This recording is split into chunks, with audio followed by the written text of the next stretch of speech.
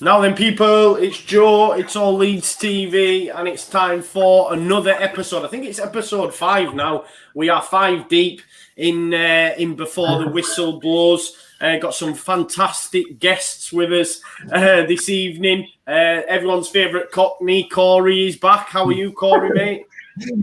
I'm good, mate. That did make me chuckle your tweet earlier. I'm like, yeah, I'm good to be back, mate. Yeah, you didn't mind that, did you? I didn't think you'd take offence. I was like, you're a Cockney, you sound. No, I was waiting myself when it come through. I was like, that's close to be fair. So, cool. No worries, man. And of course, Craig's back with us from the Anfield agenda. How are you, buddy? All right?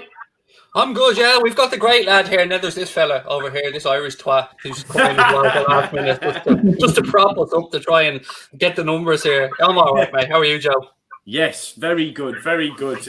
Just glad that international debacle's over. I've not been a fan since about France '98, I don't think. I think that. What about you, Oscar? Danny, you happy we're back to proper football? Oh, 100%. It just could not get that over with quick enough. I mean, there's another one in 3 weeks, well, isn't there? Oh, another one of those in 3 weeks. Another international break in 3 weeks. But anyway, the good thing is, a lot of clubs have had like COVID problems and that, a lot of people picking up COVID. So far, I think we'd be okay on that score. So just happy to get it over and done with, and the proper stuff is back now, the proper football.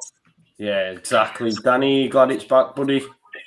Yeah, you don't realise how boring life is during internationals. Do you know what I mean? I mean, only reason I watched it was because Calvin was playing, and I thought he did a really good job, to be honest. And at least Llorente won't be going away with Spain in 3 weeks' time. At least he could be, in the back. Yeah, it's a bit frustrating from the Leeds perspective. Obviously, Cooper picks up a knock. Llorente picked up a knock. So we 2 centre-backs down, meaning Pascal Strout's probably going to come in. And the last time we had Strout and Koch, we conceded 4 at Anfield. But I have faith that them boys will do all right, man. They always do. But as always, guys, what we're going to do is have a little dance around the Premier League fixtures this weekend, and have a chat about them. And no better place to start, really. We've got Craig on, of course, from the Anfield agenda. Kicks us off Saturday afternoon, 12:30. Massive Merseyside derby. Craig, is this the biggest Merseyside derby since whenever? I mean, the fact you've both gone, Liverpool favourites for the title, Everton have come flying out of the blocks. Is it up there now with one of the big ones where we are in the stage of the season? Yeah, it makes it more interesting for sure. Over the last few years, the derby's always a derby, and they're always close, hard-fought affairs. But you're right, we're going into this now with a bit of pressure on our shoulders after the... I don't know if you guys are aware, but we lost to Aston Villa. It's been very quiet. Nobody's spoken about it. But that's definitely put a bit of pressure on our shoulders. And add to that the fact that we've got, obviously, Adrian probably going to start in goal. That fills us full of nerves. But as I've been saying to our fans, look, we're worried about our keeper, but Pickford isn't any great shake either. So there's problems on both sides, positives from both sides, and 2 great managers. I like to come on and be Little Everett wherever I can, but you need to give credit where it's due. They've had a fantastic start, full of confidence. I hate this kickoff time. I hate it. It's the one that makes me the most nervous. So look, let's see what happens. But it's a must not lose game, I think, for us. I wouldn't go as far as to say it's a must win. And do you have, obviously, Manny back, Alisson back, Thiago? They're all going to start, you'd imagine. No, Alisson, he's out. So. Yeah. Hendo, Thiago, Mane, all been training, all good. Hendo obviously had minutes with England on international duty. From that point of view, it'll be the big question, I suppose, is who partners Van Dijk at the centre of the defence? Will Fabinho drop back in and play alongside him, which is my preference, and see Thiago, Hendo, Gini maybe in the midfield. But I suppose one thing that worries me a little bit is the high line that we've been playing. I'm not worried about the playing of the high line. I'm worried about the pressing from the midfield and the front. If that's not on song, I can see Andre Gomez and that threading balls over the top through to Dominic Calvert-Lewin with a lot of space behind. So happy with the referee, by the way. Not something I often talk about when these games come out, but very happy to have Michael Oliver in charge and not Martin Atkinson. Because like Martin Atkinson, you're starting from 1-0 down. Oh, I mean, we've had our fair share of shite refs whilst in the Championship. Believe me on that. Corey, how do you see this one going? Obviously, Everton have been so impressive since the start of the season. I was listening to something earlier. People talking, are they in the hunt for the title? Could they do it? I think it's a little bit early to be shouting that stuff out, personally. But where do you see this one going, mate? It's going to be an exciting game, isn't it? Yeah, like, I think Craig touched on it. Obviously, Liverpool's higher line, particularly against Villa. Obviously, a lot of teams are going to be looking at that, thinking maybe we can get at them. I think as well, like Alexander-Arnold is as good a player as he is, assist-wise and going forward. Like defensively, he just seems to have these lapses on that left-hand side. And if Richarlison's in form, he's just going to blitz past him. So it does depend, like you said. Obviously, Liverpool had a few players out. To bring him back in, obviously Thiago would be a huge addition. I think he's absolute mustard. He's an unbelievable player as well. So then Everton, they've got James Rodriguez, who's unbelievable, and he gets that free role just to put passes and play over the top. So I think it'll be a lot more competitive than I thought. Like obviously going into this season, you'd think easy win for Liverpool, but Everton have really shown some decent form, and they've made some great signings as well. Yeah, they have, mate. You're right. Like you mentioned there, Dominic Calvert-Lewin's just been absolutely immense, and obviously carried that form over to England as well. Danny, how do you see it? How do you see this one going, mate? I mean, do you go along with, right? So I see Liverpool, they get battered by Villa. I think people are quick to say, "Oh, Liverpool, they don't look the same." I think it's BS personally. I think they'll just come flying out of the blocks now and win loads on the bounce, if I'm being totally honest. Where's your thought process with the rhetoric that's being mentioned? To be honest, I mean, what I want to ask Craig is, say you don't get a result, do you start worrying? I know it's early days. Do you start worrying? Because Everton being in the form, Calvert-Lewin being in the form that he is. I mean, obviously you've got Thiago and you've got Mane back. I think did you say just minus Alisson? Alisson's out. Yeah, Joel Matip is coming back from a long time out, so I'd be very surprised if he gets a run from the start. But yeah, we've got Alisson's the big concern. Yeah, I mean, obviously we all saw that result against Villa. I mean, we all thought that you were going to beat Villa. You know, no disrespect to Villa, going off what they did last season, but no one expected that. I don't think anyone in the world expected that.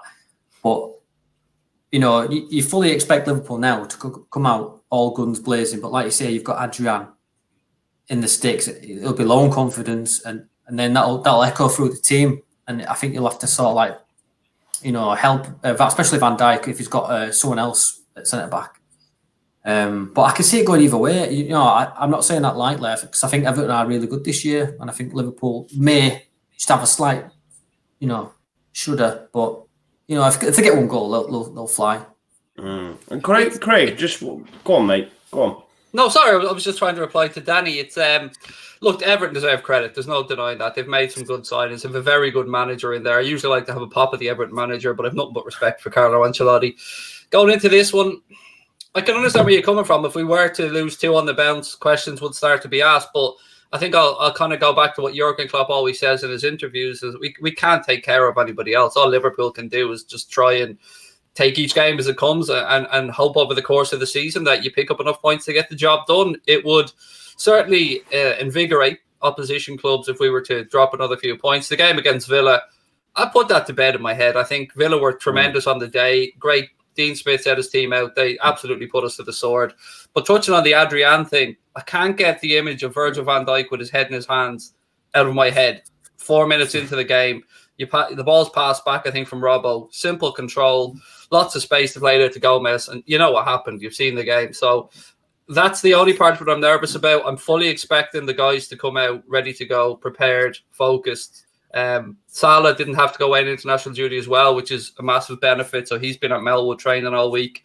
It's all set up for a great game, and probably as Joe touched on earlier on, one of the biggest derbies over the past. Well, they haven't beaten us in 10 years, so quite a while. Where's the land lie with Butland then? What happened with that? Because I know that was mentioned. Yeah, it was something I think that was just spoken about by fans more than anything else, and I was absolutely part of that conversation. There was talk of, you know, maybe a little bit of desperation almost at times, which is very rare for us. We've been kind of spoiled. But to look at the situation, I'm all for giving Queevy and Kelleher, our young Irish goalkeeper, a chance, by the way. But I would have understood a Butland or a Foster and a short-term deal till January. Palace, I think, went in the end for Butland, actually. I don't know if they got that over the line or if it failed. I haven't kept up to date today. But good news was that Allison looks like he's going to be a little bit ahead of schedule. That's the good news from our point of view. But there's no denying it. We took a gamble by not strengthening the backup goalkeeper's position. Obviously, when you're looking at Allison, apart from last season, his injury record's quite good, so we probably didn't expect to have Adrian playing as many games as he has. What annoys Liverpool fans about Adrian is that he hasn't owned up to any of the mistakes that he's made. He just kind of said, but we go on to the next one. And I don't think players have to apologise, but even just acknowledge the errors, I think, would have calmed a lot of us down. Yeah, definitely. And Oscar, obviously living in the area, mate. I guess you get a sort of feel of it. What's been the chat amongst your friends? Obviously, I know you've got a lot of Everton mate friends as well. So, what's been the general chat there? I've never known Everton fans. I've got a lot of my family is Everton, to be fair. A lot of it's also Liverpool too. And I've never known the Everton side of the family so confident going into this one. I've got to say, I agree with Danny in a way, and agree with Craig as well, that I think there's a lot of people getting carried away with Liverpool's game against Villa. I think there's a lot of different circumstances. I think everything that could have gone on for Liverpool on the day went wrong. I mean, 3 of the 7 goals were horrendous deflections that could have gone anywhere in the back of the net. I mean, you've got to take into consideration Adrian was playing instead of Alisson. I mean, Henderson didn't start, I don't think. I always think Liverpool looked weaker without Henderson in the team. And Mane didn't start either. So that was 3 or 4 things that went against them in the game. But I think Everton's got every right to feel a bit confident. I just see goals in this game. I think everyone sees goals in this game. I think both teams play with high lines. You've got like Calvert-Lewin, Richarlison against Mane and Salah. And James and that lot thrown into the equation. I just see goals in this game. I think anything could happen in this game result-wise, but I'd be surprised if there's less than 3 goals in this. I think the whole season has been goals, goals, goals, but this game, I think you see 2 of the best attacking teams in the whole league for me. Arguably the 2 best attacking teams so far this season. You look at people like James Rodriguez. I think Everton for now, for the first time, I think it's 10 years since Everton have won at Goodison Park against Liverpool. This is probably the first time where Everton have actually got real world-class players in their team who could really make a difference. I think really, if Everton are going to ever beat Liverpool, in terms of now, it's going to be tomorrow. But I'm thinking a draw, to be honest. I think both teams in the end will cancel each other out. I can see Everton scoring first, possibly, but I just don't think, even as good as Everton have been, I still don't think they can keep Mane and Salah quiet. I still can't see that, to be honest. I'm not particularly convinced of them defensively just yet, but I see goals in this one. But Everton have got a right to be confident, to be fair. And what's your score prediction then? I'll go 2-2. 2-2. Nice. Danny? You see, I'll go 2-2 as well then. Nice. Corey? Yeah, I was going to literally say 2-2. I think there's going to be goals in this game. See, I think there is. Part of me was like maybe 3-1 Liverpool, but I don't know. I just think Everton are in form. They're going to, put a bit of pressure on, get a few goals. I can't see past the Liverpool win. I think they'll come back with a vengeance. I think it'll be 2-0 Liverpool. I'm going to go with Craig. I don't think it's going to be as open as most people think. I think if you go head-to-head with Liverpool in an attacking game, only one team's coming out on top, and that's us. And I'd back us in a basketball game against anybody, attack versus attack. I'm actually going to go for a 1-0 Liverpool win. That's the prediction I've gone with. I think hopefully another very, very late one. Divock Origi coming on to haunt Everton again. That would do rather nicely. Big Divock. I just want to chat to you as well, Craig, man. I mean, what? I remember seeing that video doing the rounds on the social media after you said he won't be conceding 7. I was like, oh, I think we even spoke about him. Was like, poor Craig, man, I can't believe it. But you take it all in jest. But I mean, how did that go down once that happened, mate? I think people are looking at this from the wrong point of view, man. I mean, I'm here to be abused and to be trolled. That's part of what we do. We put ourselves out there. But I would counter that with the millions of views and ESPN contracting us to use the clip and the thousands of subscribers and Instagram followers that we've got from it. So if I have to take a couple on the chin, mate, to put some attention on the channel, so be it. But look, what I would say is I think some of this is United fans trying to make themselves feel a little bit better about their 6-1 hiding. I don't know how us losing makes them feel better. But look, as you said, I was mouthy. It's come back to bite me in the backside. I've got to take it on the chin, man. It's part of what we do, isn't it? Yeah, exactly, man. I knew you would as well. I was like, he'll just style this out, man. Nice. And ESPN, wow, it doesn't get much bigger than that. Fair play, mate. Fair play. We'll move it on then, guys, to another massive fixture as well. 5:30, Man City Arsenal. Such a big game. I don't think Arsenal have won away at the top 6 in like 24 or 25 attempts, I think I heard earlier on, which is a hell of a lot of games.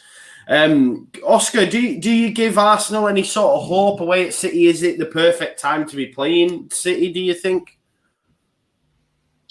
Yeah, I think so. I think give Arsenal quite a big chance, in this game. I think if they ever get anything at City, just like Everton against Liverpool, this is the moment for Arsenal, really. I think they started the season well.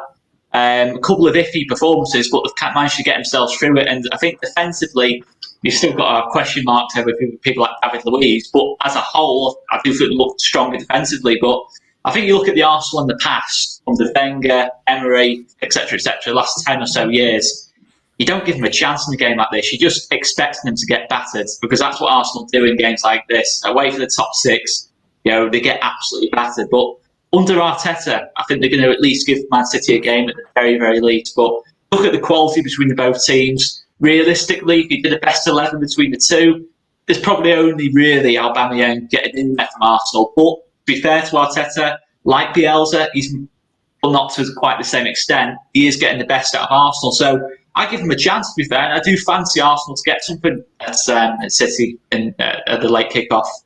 Nice. Corey, obviously, great signing from Arsenal. Thomas Partey came in on the original deadline day. Do you think he starts in this game, and can Arsenal get something away at City? I think it's probably a bit too soon for him. I haven't watched too much of him. I know they rate him quite highly, and obviously he's played with Atletico, so he's going to add something in that midfield, a little bit of quality. I do fancy Arsenal to get something at City, if I'm honest. I think Arteta's got Pep's number a little bit. And you kind of look at those wings and you look at Mendy, and every time I watch Mendy play for City, he goes way too high. You can't really defend against a man one-on-one. It's just a weak area. And I can just see Aubameyang having a bit of fun there. And Arsenal are brilliant when they attack. They're passing out from the back. You've also got to look at the fact City's De Bruyne, he's out now for 3 games as well. So, that's a lot of their play that goes through him.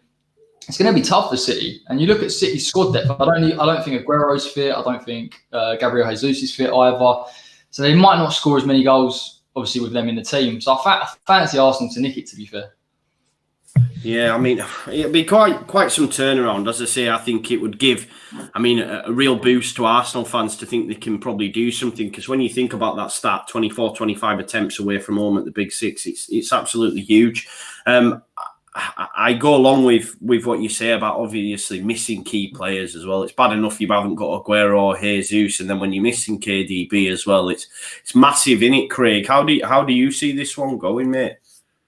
I pretty much agree with what Corey said. I think Arsenal are going to have to soak a lot up early on. Under Arteta, they seem to be capable of that. And as we've seen, and as everybody else has seen as well, you give Aubameyang a chance and he puts it in the net. And that's all that they need to do is hang in there. You're going to have a storm. Manchester City always start quickly. But if you can get through the first 25, 30 minutes and put some doubt in their minds, and as Corey pointed out, a lot of attacking players missing for Manchester City, and Guardiola's going to want to win this one because he's not going to like the idea. As much respect as he obviously has for Arteta, he had his number in the FA Cup and he's going to want to put down the statement here. And, if this comes off the back of maybe Everton getting something against us, that will just inspire Manchester City even more to go out there and get those points. But it's definitely an intriguing game. And last year I would have said, like Oscar said, I would have backed Manchester City all the way. But Arteta is putting some steel into this Arsenal side and they're very much more streetwise than they used to be. Yeah, I think the addition of Party as well, whether or not he'll play this weekend, but I think it's a great addition, man. Like you say, mention about the steel, he's just going to add so much in the middle of that pack. But, I mean, do you think we're being a little bit too harsh on City, Danny? I know, obviously, they battled for a point at Ellen Road, should have been beat by the better side. Obviously, I'm going to say that. But, no, I mean, do you think it's a bit mad at City at the minute? It feels a little bit like they're in a little bit of a transitional period, I think, and not obviously key players missing as well. It's the perfect time for Arsenal to go and get a result away, isn't it, mate? Yeah, 100%. I for one think Arsenal will nick it. I think Arteta, they're doing it as, the master versus the apprentice sort of thing, like we did with Bielsa and Guardiola. But I think I like the way Arteta signed. Party's a great signing for them, and Atletico wasn't happy about that at all, was it? And the release clause. I think they play well, and I think it's like the camp's shaken up a bit at Man City. On paper, you'd fully expected them to dominate and beat us all of the game for 90 minutes, but the first 20 minutes were onslaught for us. Yeah. But then I think I thought we controlled the middle section of it. I mean, there were times where Edison kept him in the game, especially that flick and header from Rodrigo, and the one-on-one from Ayling and stuff. I thought, I don't know, they just seem a bit shaken. Is that due to Aguero, Jesus, and now Kevin De Bruyne is out? They're arguably the best midfielder going to these days. Yeah. I fancy Arsenal on Nicky. I just think that City. I mean, obviously, I agree with what Craig said about if Liverpool go on to lose badly again, which I doubt, it might spur something up in the City camp. But credit to Arsenal. I think they've been playing well, and I think I can see Arsenal nicking it. To be fair. So is everyone going for an Arsenal win then away at the Etihad? Is that what we're saying? Is anyone? No, go on then, Craig. Tell me your result, mate. I think it'd be 2-1 to City, if I'm being honest. As much as I just think it's a must-win game for Manchester City, and as Danny pointed out, it just seems like maybe the wheels are starting to fall off the City project a little bit. I don't know if I'm reading too much into that. Obviously, as maybe I'm willing it to happen, but you've got the questions about the future of the manager. You've got a lot of players out, aging players as well, some questionable defensive reinforcements during Pep's time there, and will they focus this season on the European Cup? I don't know. I just think City will do it. They'll find a way to get over the line. Yeah, I think they will as well. I still see that run of Arsenal being unable to win away at the top six continuing personally. Corey, what's your result, mate? I'm going to go Arsenal nick it 1-0. Nice. Danny? 2-1 Arsenal. And Oscar? 1-1. 1-1. Nice. We've definitely got some good games this week, and I just want to briefly touch on Newcastle Man United before we do Tottenham and the Hammers, and of course Leeds Wolves. How long do we think Ollie's got? Because I fancy... I like to have a dig at Lampard, but I thought we'd leave him alone this week because I fancy him to beat Southampton at home. So if we're not going to speak about Lampard, we're definitely going to speak about Ollie. It's one or the other. Do you know what I mean? Ollie's at the wheel and all that. I tell you what I want to ask. Does Maguire need dropping from this side, like for scum? And do you think they will? Who wants to take it? Go on, Danny. I think Maguire needs some time out to sort his head out because the guy looks plagued to me. I think end of the day, he's a person, isn't he? He's a human being. And just because he's a professional footballer doesn't mean he has demons and I think the Mykonos stuff, and no doubt he's heard, tweet. He's probably seen the abuse he's getting from not even just Man United fans, the entire country. I just think that it's like there's a storm in his head. I think he needs to just be left out for a couple of weeks. But that's just me. The guy seems like he's battling demons to me. He's dog shit as well, though, isn't he? Yeah, he's got the turning circle of a German U-boat. Yeah, he's. I could take him on. Take him on.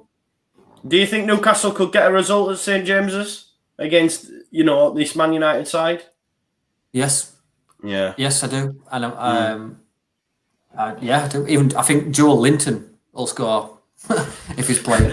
I don't know about that, mate. I don't know about that. I guess we'll wait and see. Corey, mate, Man United, Newcastle.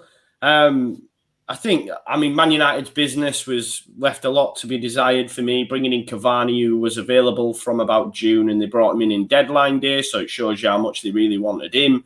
I think Alex Telles is a great fullback. Really good signing at left back, better than what they've got in Shaw. But obviously the Sancho deal never happened. I don't think time will tell us. Yeah, but time will tell us. I love that. But yeah, Corey. I mean, where do you see this one going, mate? I don't think it's as much a surprise as everyone thinks that Newcastle can win. I think United and Newcastle, both of them are quite a conservative team. Look at United's build-up play. It's so slow. It's almost pedestrian at times, and there's clearly no identity in terms of how they want to play. Unless Newcastle open up a little bit, United really can't get in behind. And they struggle against teams that sit deep, and obviously Steve Bruce loves to just have 4-4-2. So, I mean, I could just see it peter out, maybe I won't give a score prediction, but basically a 1-0 maybe. Again, you look at maybe St Maximin to kind of cause a bit of problems. But if he's down that left-hand side, Wan-Bissaka's quite good defensively. Just think United are so poor at the moment. They really are. They've always been, even when they were winning game after game, they were winning the games because teams were opening up. But then this season, defensively, obviously Maguire, and I think Danny's touched on it. Obviously, there clearly is something going on in his head where he's just not at the races, but he was terrible. I mean, that touch he had for his sending off, it was shocking. It was really bad. You don't expect that from. We can all talk about price tags, but Premier League defenders shouldn't be doing that full stop. So they should just take him out. Ollie should drop him. Not to be like, you're out of form, but just for his sake, because I don't think mentally he's coped with a price tag or he's coped with a captaincy that well. Yeah, I don't think they will though, just due to the fact that he cost 80 million. They're left with a little bit of egg on the face. I don't know. Maybe he will. Maybe I'm wrong. But that's added pressure in itself, isn't it? That pressure of being the most expensive defender in the world. Yeah, it's insane, isn't it? Yeah. And it's insane. United's a massive club. I know you don't like them, but they are huge. To make that step, from Hull and then Leicester, and then just coming into Man United, it's not just about being a decent defender. He's got to be, on top all the time. Got to be a role model, and obviously it slipped whatever away on holiday, and now it's kind of caving in on him a bit. And he's captain as well, right? Like captain of that. I know you. Let's be honest, they are a huge club, but he's captain as well of that huge club. It's embarrassing. Craig, talk to me. I can see you're having fun down there, mate. You might be up there, down there, but to me, you're down there. But go on. I want to join every minute of this, lads. Yeah. I'm not going to lie to you. Long may it continue. Look, the human aspect, as Danny pointed out, of what happened in Greece may have affected him, and we have to put that to one side because that's the man's personal life. But his displays on the pitch for England and for Manchester United have been questionable. But I don't know if sacking Solskjaer is going to solve the problem. I think the problem is above his head. They need to put in a director of football, and they need to actually act, as Corey said, like a big club, because they are a big club. Themselves and Real Madrid, probably the two biggest generators of cash in the game. And between the payments for the leverage buyout, the payments to the shareholders, they're just not being a big club. I mean, you could talk about the players they have there, but Pogba doesn't want to be there. You can see that. No. They've broken David De Gea. I don't know what they've done to him. They've got Henderson there. Will he push through? Maguire is a £30 million defender that they were stupid enough to pay £80 million for, where, they mocked us for the Van Dijk fee. You get what you pay for. And John Joe Shelby masterclass incoming. That's all I'm saying in this game. John Joe Shelby and some Maximan just tearing United apart, and let the fume continue, because I'm not going to lie, I've got a drip ready over there, inject this shit into my veins because it's beautiful. I love that bit. Do you know, I do get what you're saying in terms of, right, yeah, there's issues with the board, but ultimately a better coach gets better results out of that team, because they have spent a lot of money, they have spent a lot of money on the individuals that are in the door, and if Pochettino's in there, he's getting a song out of them. I just think Ollie's inept, but because of what he did at Man United, I think there is, like you say, a reluctance to even call him out by some people I've seen. You know, when they got battered, I went all over on the Man United YouTube channels just to see the fallout, if I'm honest. I think Andy Tate was my favourite. But yeah, there seems a real reluctance to call out Ollie. But for me, it's like he's putting them out on the pitch, you know. When they were beat by Tottenham, keeping Pogba on was the wrong decision for me. Do you know what I mean? But I don't know. But I just love it, though. Like you say, I love it. And I fancy Newcastle tomorrow. Oscar, talk to me about Man United, mate, Newcastle. I'm just hoping Man United play Luke Shaw at left back, because him against Sen Maxim is just, as Craig said, just injects it. Just injects that. Just, man, if they play Luke Shaw at left back, there's going to be absolute chaos in that game. You know, Sen Maximan will just be licking his lips at that prospect. But yeah, no, I've got to agree. I think any manager who thinks it's a good idea, after 4 years, Paul Pogba's been in England, and people are still trying to play him in holding midfield. I think he's the least disciplined midfielder in the world. Like don't get me wrong, he's a talented player, but he's so undisciplined, it's untrue. He does not want to do anything defensively. He just wants to just look forward and just play the ball forward. You watch him play for France, and he's a totally different player, but it's hilarious how much they mismanage him. And obviously, but I look at it and I think this game, Newcastle will sit back. You know, they're going to have a lot of the ball, scum, aren't they? They're going to have a lot of the ball, and you know, and I think probably what will come down to is, can Fernandes break him down? But for me, I even look at people like Fernandes and think, he's not actually that good. He's not actually that good. Outside of penalties and set pieces, he's not really that good a footballer. And yeah, to be fair, I think probably another manager does get a lot more out of that team, but I'm hoping we never find out, or certainly for another year or two, we don't find out. But yeah, no, I think you look at this one, I can't see them winning. I can't actually see them winning, whether they're going to lose or Cavani in line for a start? Does anyone know? Do you know? No, he's not. No, he's not. No, because he has to quarantine. Is Alex Telles, is he the same, or is I think he could play. I think so. Yeah. What we'll say is it's Voldemort versus Harry Potter Maguire. Well, we'll say that. And so how do we see this one going, guys? I'm going to go Newcastle, me 2-0. Mm-hmm. Yeah. Good shot. Yeah, same. Yeah. Same. Nice, Oscar. 1-0 Newcastle. John Joe. John Joe. Voldemort. Go on, Craig. 2-2 draw. 2-2 draw. Corey. Oh, I think it's going to be 1-0. It's going to be the most boring game you've seen in a long while. Really? Yeah, it's going to be awful. Is this one of them pay-per-view games, that one, or is that on the box? Yeah, I think it is. It's all changed now. I'm fuming because I used to be able to sit there and watch every game, and now it's like, well, I'm not fucking paying for that if it ain't my team. Do you know what I mean? So I know obviously Everton, City, Arsenal will be on. The others might be pay-per-view. I'm not too sure. But let's move it on. Tottenham, West Ham. Great business for you today, Corey. Side Benrahma. Us in the Championship will tell you he is top-notch. Wouldn't have minded him at Leeds, if I'm being totally honest. That signed, sealed, delivered now. You're looking good, man. How happy. I mean, the first time we did this and you came on, I took the piss a little bit and said you were going to get relegated. I said, you weren't in great shape. I mean, how different is it now, mate? What's the feeling amongst West Ham fans at the minute? Well, I agreed with you, mate. So I was on the same sort of thought pattern, but yeah, no, it's definitely different. Obviously, I think this transfer window and the way our owners have behaved for 3 months or however long it's been now has been appalling. And even today, mate, it's been back and forth. Won't give Brentford the money, then change the terms of the deal, and constantly, it making us look embarrassing. To be fair, like if you're a neutral and you're watching that, you're saying it's awful, but we've got it over the line. It is a good deal. He is a good player. There's no doubt. But we obviously sold Grady Diangana for 18. Supposed to bring in a top quality centre back. Never happened. Couldn't get Tomori on loan. Now we've replaced the player with a winger when we were never supposed to. Yeah, it's an odd one. It's kind of bittersweet. Like obviously Benrahma's got shades of Payet about him. West Ham fans are buzzing to see him. I hope he transitions well to the league.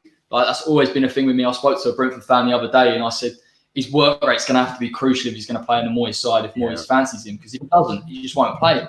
And he was saying, you know, he initiates the press and he does press. It's more of the tracking back. So, I mean, there is hope for him in a 3-4-3.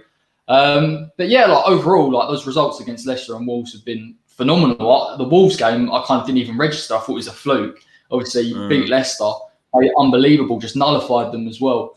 And I hope looking into that Spurs game, it's much more competitive than I thought it was going to be. I thought, here we go, we're going to have Son, Bale, Kane. Now I'm looking at it thinking, if we just, you know, put a bit of a low block on, hit them on the counter, we could create chances in that game. And is Moyes going to be back in the dugout? And if so, do you want him to fuck off back home? Yeah, but preferably, like, if we could just work from home for the rest of the season and just let the lads do what they need to do. It does work, but like, honestly, mate, I don't know what that's all about, because I know against Arsenal, he was obviously there and he was trying that system and it's the first time. He goes and all of a sudden we look like world beaters, you know, don't concede, defensively solid, take our chances. You just hope he keeps it up. And I realistically look at the Spurs and think we could get something out of that game. And then you've obviously got Man City, Liverpool after, where I'm like, they're just gimme games. If you get anything from them, they're just bonuses. So as long as we get a good result or a point out of it, I'll be unbelievably happy with that. Do you know on the Tomori deal as well? Did he just sack it off at the last minute? What happened with that one? Yeah, so it's crazy. So we'd obviously tried to sign about every decent centre-back in Europe. And then, obviously, I spoke to you on that transfer deadline day and we was going through Jonathan Tah and all this. And they obviously spoke to Chelsea and said, we'll take him on loan. And there was some crazy deal they'd set up where they went, if he doesn't play at West Ham, every game he doesn't play, we'll pay Chelsea 50k. So obviously it was one of them dodgy deals where we were just desperate. And he turned around at the last minute and went, oh, do you know what? I fancy taking my chances at Chelsea. And it was like one of them moments where you realise what West Ham look like to some other clubs, like up-and-coming centre-backs, where they don't even want to come to West Ham on loan for game time. They're just like, I'd rather stick with Frank Lampard. So it says everything you need to know. Yeah, it's mad. You know, I was actually reading an article in The Athletic earlier on about just how mad transfers are and the way the top clubs now, the big six, are structuring deals, especially Liverpool. I know Liverpool are really good on it and fair play on them. It's like where they're saying, yes, you can take this player on loan. However, if he don't play, you'll be paying his wages for that full week instead of it being subsidised and stuff, which, I mean, if you're up there, fair play, big business. But I know, like Leeds United, I think that's why we didn't maybe take Harry Wilson on loan and things like that in the past, just because of things like that. It is mad how it's all structured now. But I mean, Danny, Tottenham, they've had a very decent start. After that first game against Everton, I guess we're thinking Tottenham have done shit business. They turn it around, they bring in Reguilon, Bale, who's not featured yet, but straight away gives the club a lift. They then go out and batter Southampton. And obviously we know now Everton ain't a joke. They're a decent side, you know. So, you know, it's not a shame to get beat by them on this current run of form.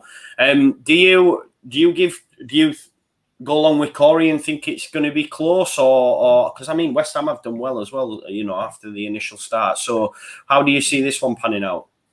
Yeah, I mean, I actually the Wolves game, I actually spoke to Corey and I said, you know what, I feel I called it, didn't I? I said, you know what, West Ham are going to get a result today, and they did. They went out and absolutely battered them. But yeah, I mean, I just think like there's been some sort of rejuvenation at West Ham. I think since Moyes is sort of, I got coronavirus, he's got the corona winner virus. I just think, to be honest with you, at the start of the season, I honestly thought West Ham would be this season's whipping boys. There's no, you know, just the way that the club we talked about on the first episode, where it was just like a toxic sort of dressing room and the mentality and stuff like that. It seems like there's been a bit of a lift now, and especially now that you've got Ben Rama in, who's got that skill. I mean, he was arguably one of the best players at the Championship last season, and the season before he was great as well. Yeah, I mean, that goal he scored in the second leg, where the one they scored the other day, he literally just Cruyffed it, then he meg-dipped someone at the same time and then put it away. That's the sort of thing you're getting with Ben Rama. Yeah, man. But I do think that West Ham, you know, I don't think they'll roll over. I think they'll carry this run. So I think to West Ham's credit, I think Spurs will win, but I think it'll be a narrow win. Nice. They're good. I tell you, I like the fact that they've got Jarrod Bowen and they've took another one. And I just, for me, it's nice to see Championship players getting that chance and getting that step up. You know, we've seen Eze at Palace, Bowen, and previously maybe clubs wouldn't have took that gamble. I'm not sure. Maybe I'm wrong. But I don't know. It's nice to see the lads making that step up for me. Because I don't think the top of the Championship is all that different from the bottom of the Premier League, if I'm being totally honest. But Craig, do you see Tottenham winning this, or would you go along with Corey? Do you give West Ham a chance? Very difficult one to call because both clubs had dodgy starts and have come back strongly in recent weeks. You heard Jose Mourinho in the press today singing Daniel Levy's praises for the business that he's done to get players in. Reguilon, I watched him a lot actually at Sevilla when he was on loan there from Madrid, and very good player, good player indeed.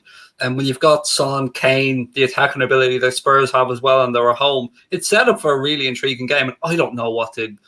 Football's gone mad. As somebody said, football's drunk over the last few weeks. It's impossible to predict what's going on in the Premier League right now. It's shaping up for a really interesting, tight season, I think. And if somebody can get a run of fixtures together, a run of results, they could really, put themselves into a good spot for Europe. I think Spurs will win it, but I think it's not going to be an easy game. I think if West Ham can score first, there could be a draw on the cards, but I just see Spurs nicking it. But again, I don't mean to be disrespectful to West Ham, but I wanted to ask Corey something, if that's okay, about what's going on what's the situation with Anderson, Felipe Anderson. Is he just completely fallen off the face of the earth? Yeah. So obviously he come in and everyone was buzzing, and I think he had like a run of maybe like 5 or 6. And do you know what's interesting? Like, there's so many different fans from different clubs that say the same. And they're like, every West Ham player they think of, they go, "Oh, Felipe Anderson," because he had that buzz about him. And he must have had like a knock in confidence or last season, and there's a lack of consistency there anyway. And obviously the board looked at him, and I don't think Moyes fancies him and just sent him on loan to Porto. I don't think it's a closed door yet, because obviously he can come back. There's no obligation to buy.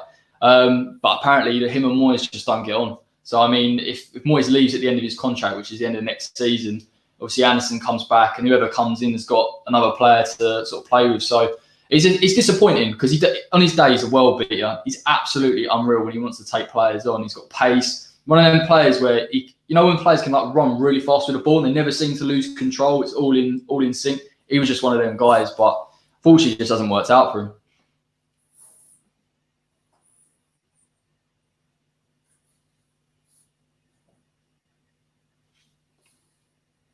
It's not just me that can't hear Joe, yeah? No, Joe, you can't hear. Sorry, I've muted my mic while I was having a drink. My bad. I'm always doing that. But maybe it was telling me not to say this bit, but I'll say it anyway. Weren't the issues with Zaha and Moyes' daughter before, when they were at Man United? Maybe Felipe Anderson's had a similar... They never met each other. Maybe that's why, because Felipe Anderson's met his daughter. I don't know. Maybe I'm wrong. That's so funny ever on Sky Sports when he blurted that out, and they were all just sitting there like, "Oh, what do you say?" Yeah, do you know what? As well, I just talking about Championship. Obviously, Tottenham bought Joe Rodon as well today from Swansea. So that's, again, it's nice to see. Oscar, how do you see this one going, buddy? Yeah, I mean, it'd be a really good game, I think. I think it'll be a war of attrition, to be fair. I think probably, knowing David Moyes, he is going to sit back quite a bit expecting this game. But I think West Ham, to be fair, I know they didn't get Tomori, but they look all right to me at the back. I think last season, so far, they look all right to me. But I know last season they were chaotic. They were just absolutely all over the place. I mean, there's some goals. Some of the goals, I think it's Bournemouth that played in pre-season. They saw some of the goals conceded in that game. But I don't know, they seem to have found some kind of momentum now, West Ham, and made good signings. I think obviously Ben Rama. But I still think Tottenham, look at Son and Kane. How do you stop Son and Kane? And then obviously you've got Bale thrown into the equation, Bergwijn, Moura, Lamella. So many options, 4 options there who can play on the right side. Lazelso, I think, is really starting to find his feet. And Dembele, for me, has changed their season. Since him and Mourinho just did not get on. And then he's kind of given him a chance. And since he's come into the team, I don't think Spurs have won every game. Spurs have won every game since he start of the season since that first game against Everton, and they look really good, to be fair. Reguilon and Son on that left-hand side is just unstoppable. And that's the thing. If West Ham are going to get anything from this, they're going to need Son and Kane to have slight off days and to be clinical the other side of the pitch. But I think West Ham will give it a good go. But Oscar, do you know when's Bale due? Do we know when he's? I'm really excited to see him back in the Prem. Do we have any? Does anyone have any clue when he's due to be fit and ready and raring? Sunday, isn't it? Is he playing on Sunday? I think he's ready to go. Wow. Okay. So as Mourinho said, he's going to start. What have we heard? I don't think he'll start. I reckon you'll see Bale come on probably like 70th minute if the game's tight, and then I'll be having nightmares watching him just every time he picks up the ball from like 30 yards. Oh, here we go again. I can't wait to see him back. Let's get some score predictions. I'll start us off. I think Tottenham win the game 2-0. Danny? Same. Yeah. Corey? I reckon it'll be a draw, 1-1. Sure. Right. Okay. Craig? I'm going to go for a Spurs 1 win, and I hope to God that Eric Lamela has recovered from that vicious attack from Martial that he wasn't upon him. So I wish him the best in his recovery as well. Yeah, love that. Oscar? Lamella's my hero, mate, though. Lamella's my hero doing that. I mean, that is just peak shithousery, isn't it? The way he just, it's just superb. I'm all for that, to be fair. It was only because it's against Man United, but 1-0 Tottenham, I think. Yeah, just about Tottenham to win this. Nice. So we'll finish on probably the biggest game of the weekend. Well, Monday night, Leeds take on Wolves. We'll always go to the guests first of all before we get our shot in. Corey, I'll come to you, mate, because obviously West Ham on the back of hammering Wolves. Wolves have had a bit of a checkered start. Well, not a great start. As a Leeds fan, I looked at this when I looked at the fixtures, seen City and Wolves next to each other and thought, they're both free hits. I now look at it and think, we can get a result at home against Wolves. Talk to me about Wolves, Corey. What were they like when you played them? What are your thoughts on this game?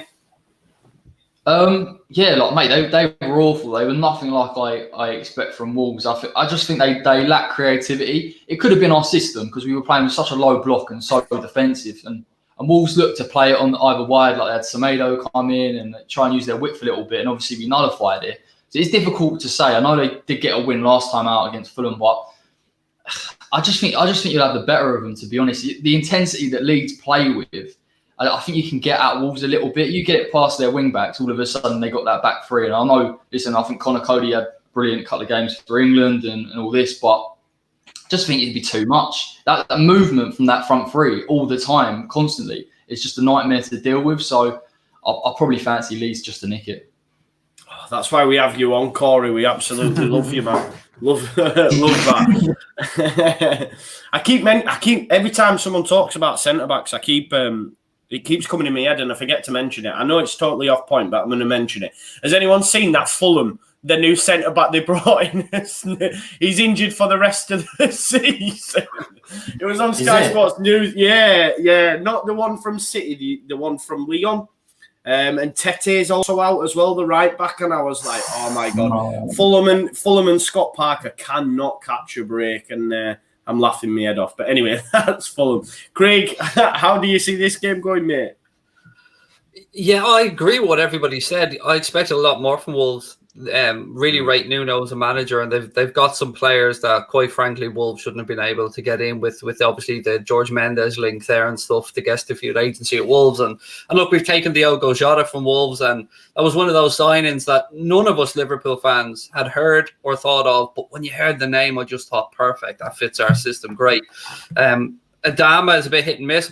I'm intrigued to see how he gets on this season because, he was great last year. It was his proper breakthrough season, I think, and he's been linked with a host of big moves. But to me, he hasn't earned those big moves yet. Leeds at home. I mean, I love watching Leeds. I have to say, I watched them through the Championship. I love Bielsa, fantastic manager. This is a very interesting game, and I don't watch a lot of non-Liverpool games, but I will be watching this game on Monday because two good managers, two good tough systems, two good groups of players. I agree. I think with the form Wolves are in, I agree with Corey. Excuse me. I think Leeds could pinch this. I really do. Nice, love that. I think for me, it's going to be interesting to see Adama Traore up against Stewie D. He's someone because the last time we faced Adama Traore, we got battered 3-0 at Borough, and he absolutely ran the show. I think he assisted all of Patrick Bamford's goals. Patrick Bamford got a hat-trick against us that night. It was brutal. But yeah, Adama Traore... Go on, mate. In our defence, mate, we had Felix Wiedwald in net, so... Yeah. Nuno Kane and all these sort of gas players, yeah. You make a good point. How do you see it going, Danny, on Monday? I think we'll give them a game, to be honest. Porter Wolves. I was hoping most of them would have to be in quarantine, but you know, the lads they'll relish the opportunity to stand toe-to-toe with Wolves. They did it with City. They did it quite good against Liverpool. I don't think Leeds are a team to be messed about with, if I'm being totally biased and honest. Especially you've got Rafinha coming in as well. Obviously, with Llorente and Cooper out, the irony is that we bought an extra centre-back, so we'd have cover for the centre-backs. Do you know? But it's just the irony. But yeah, like Traore, I don't know what they're feeding him, but a guy shouldn't be that big and be like a speeding bullet. The guy's an absolute tank. But it'll be interesting. Sort of if we can play, if they do what City did and sort of try to nullify Calvin, then we'll struggle. But I don't think Wolves will set up like that. I just think that will, because our outlets is Calvin basically, isn't it? Or like Cox has started trying to do this spraying to the wide, you know, the wing backs and stuff. But I think it'll be a really good game. But I still think we'll nick it. Yeah. I think even with Calvin, you know, we've seen it against City. He eventually was able to adjust it so that he was picking up the ball, and it just shows the intelligence of him for me, and obviously the coaching staff and the tactics around that. I just want to say a big shout out to the football club as well. Like Gaetano Berardi, his deal was up. He got injured. He played when he had, you know, he could have moved on to another club. He had no contract signed. He played in that game against Derby. He gets himself injured. He's out for the season. And the club today have gave him a further year just for his, you know, loyalty to the club. And I just want to shout out the management team for that, because I think it's fantastic, because there isn't enough of that in football anymore. He'll have just been seen as banned, but they said they'd support him. And on deadline day today, we gave him a further deal. I don't think we'll see much of him past that, but I just think it's great from the club to say, look, you put your body on the line for us in that game. You got injured. We could have easily sacked you off, but we chose not to. So just big shout out to the club for that. Oscar, these next few now, right? I'm gonna ask you this question. So I fully fancied us to beat Sheffield United. I know it was tough. I knew it would be tight because of the games in the Championship. Fulham, we should be beating. Everyone should be beating them. They're a Championship team operating in the Premier League. And then you've got Liverpool City. If you're a professional footballer, it's really easy to get up for them games for me, yeah? And now look at the next. Watford. Wolves, Palace, Leicester, Aston Villa. This is where the true test for me as a Leeds United fan comes, to see where the land lies. Because, like I said, the 2 wins we got, I think we should be winning. Obviously, City and Liverpool, you're bound to get up for. So I think it's now a real test of where the land will lie. I know Craig earlier on spoke about someone maybe breaking into Europe. I believe that to be Leeds United. That's what I genuinely feel. How do you see Wolves going in the next couple, mate? Like where do you want the land to lie after this? Do we pick up maximum? How does it go, mate? Look, I'm going to sound negative, but we've just got to, for me, still a bit cautious. These next 4 games, tough games. Yeah, they are tough games. Yeah, you're facing 4 teams here: Raul Jimenez, Jack Grealish, Jamie Vardy, Wilfried Zaha. You know, 4 players there who can win a game out of nothing, and that's what worries me a little bit. You know, when you come up against players like that, I do think we can win 1 or 2 of those games, maybe even better than that.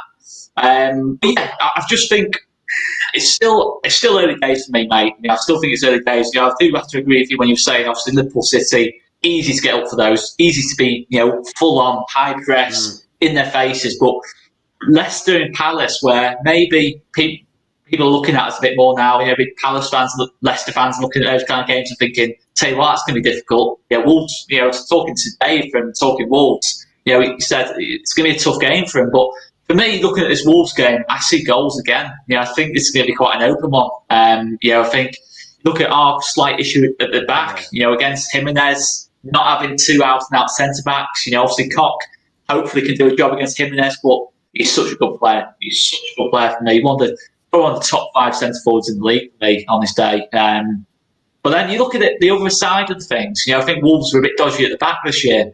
I think Dominic Cody's done well for England, but for me, for Wolves so far this season, I think he's looked a little bit rash. Roman Saiz as well. I think he looks a bit dodgy. He kind of plays the left side of the back three. I think you get Costa or Rafinha up against him. There's opportunities there, but I see a really, really high-scoring game here against Wolves. I think traditionally Wolves keep it quite tight, but I just see it being quite open. This, I think both teams can struggle defensively, and there's a lot of attacking quality for both teams. But mate, in terms of a points target, I'd be happy with anything kind of 6-7 points. I think it'd be a really good return from these next 4. If we can win 2, get a draw, and realistically, we probably will lose 1. It's just the way the land lies, but that'd be a good result for me. 6 or 7 points from the next 4. Nice, it was really refreshing as well, and you can tell with the calibre of player that Leeds United are bringing in now is the fact that Bielsa's ready and willing to throw these guys straight in. He said Rafinha will be involved at the weekend. It was quite interesting that we hear him say he'll be playing out wide. However, his main aim for him is to bring him central. I don't know if you've seen that in the press conference. He wants him to play through the middle. Don't know if he's done that before, but as we know, Bielsa will pick players, and we think the centre mids, and he ends up playing them at right back. He's just got a total different vision to what anyone else has. But it's really refreshing to see, because we've seen when we were in the Championship, he would bring in players and we wouldn't see them at all for weeks, months, sometimes not at all. Izzy Brown, we seen for 15 minutes in the last game in the playoff semi-final, because he just never was up to Bielsa levels. However, these players are coming in. Rodrigo straight in there. Obviously, said Rafinha will be involved as well, so I'm really excited to see him at the weekend. This game, I'm not really sure. I don't know. I think Leeds can win it. Of course we can. 2-1 Leeds United. I'll quickly go around the houses before we start with All Smart, aren't we? Craig, what's the result for you, mate? 1-0 Leeds. Nice. Love that. Corey? I'm going to go 2-0 Leeds. Oh, I love this. Danny? 2-0 Leeds. Oscar? 3-2 Leeds. Game of the season. Game of the season. What, after Liverpool already? This will be, obviously, this is just going to be, neither team can properly, we've got no centre-backs. Yeah. They're dodgy at the back. I just see both play high lines. Goals in this one. Nice. Right, it's that time again, guys. We've come to the end, so before we let you leave, we've got a little section we like to call All Smart, aren't we? Corey, this will be your 3rd attempt now, I think, so it's about time. Yeah, hat-trick. You get some score. Yeah. You get a signed photo of Danny Alioski. Yeah, cool. Brilliant. Danny Alioski. Let's go. It's that time again. It's time for All Smart, aren't we? With your host, Danny Alioski.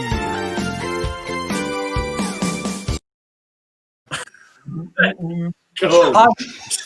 And I'm the one getting trolled.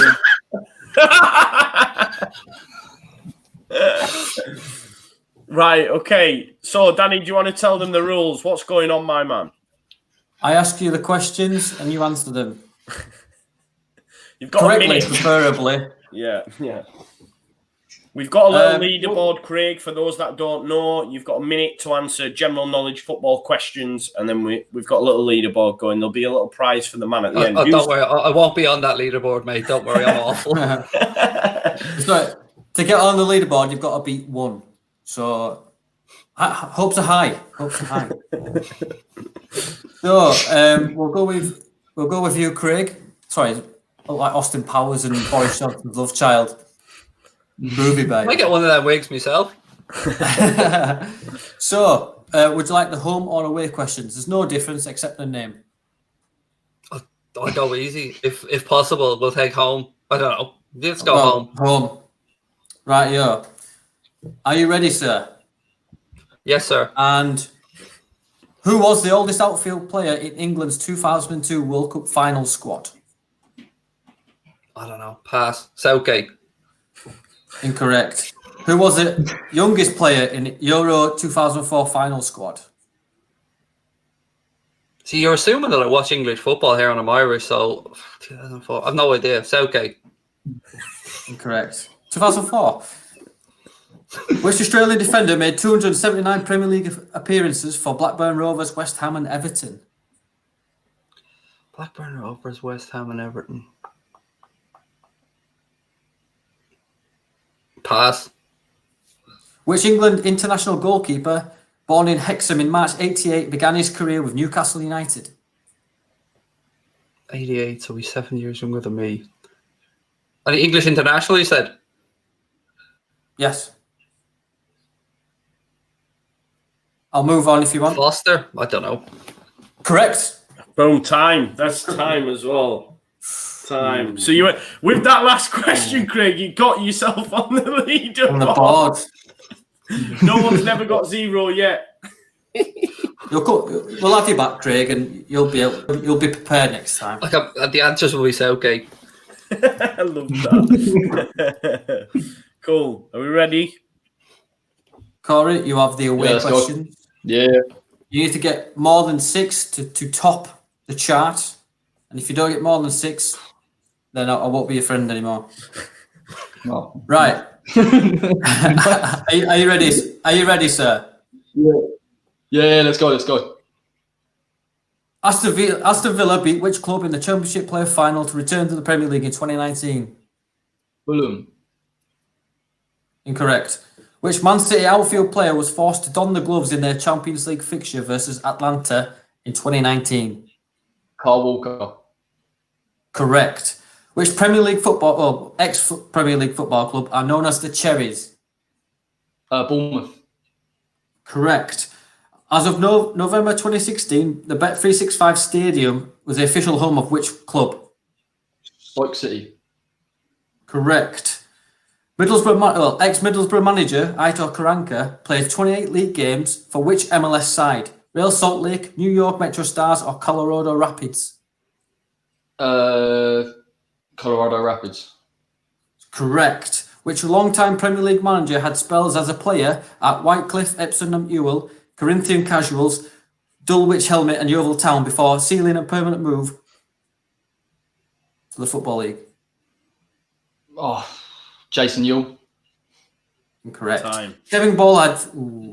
Time. How many was Got that? to play, Corey. 4. Yeah, it was decent. That it was decent. No, But hard ones. What was the playoff one? Derby. oh, Derby. Yeah, I couldn't think of that either. I don't know. That's poor. I should know that because we got beat in the fecking semis, man. But I see you blaming the questions in the comments. Don't upset the questions generator. Yeah, I was thinking it was rigged, random. to be honest with you. I did get Lucas Neal though. I did get Lucas Neal before we started, which was a great shout from Wayman. But that brings us to the end of another episode of Before the Whistle Blows. Before we go, let's just speak. I know, Craig, you've got your own stream coming up very, very shortly. Where can we find you? Talk to us about yourself, fella. Anfield Agenda on everything, mate. Twitter, Instagram, YouTube, obviously, as well. I won't even give you my one because it's not important. Just go at Anfield Agenda on any of them. Watch alongs of every Liverpool game. Obviously, Champions League games coming up this week as well. Looking forward to visiting Ajax and taking them on Wednesday. So, yeah, just looking forward to the season ahead. And as always, lads, thanks for having me on. And Danny, that should be your profile picture, mate. It's just a thing of beauty. Class. Is it wrong that I've got a semi, Danny? That's the question. I look like I should be helping Willy Wonka. Yeah, definitely. And Craig's got a stream over on the Anfield Agenda at around 8:45, I believe. Is that right? 9 o'clock? Yeah, I'll say 8:30, but I'm a bit of a diva. I'll probably saunter in about 20 to 9, something like that, yeah. Nice. And Corey? Yeah. Where can we find you, man? Same question.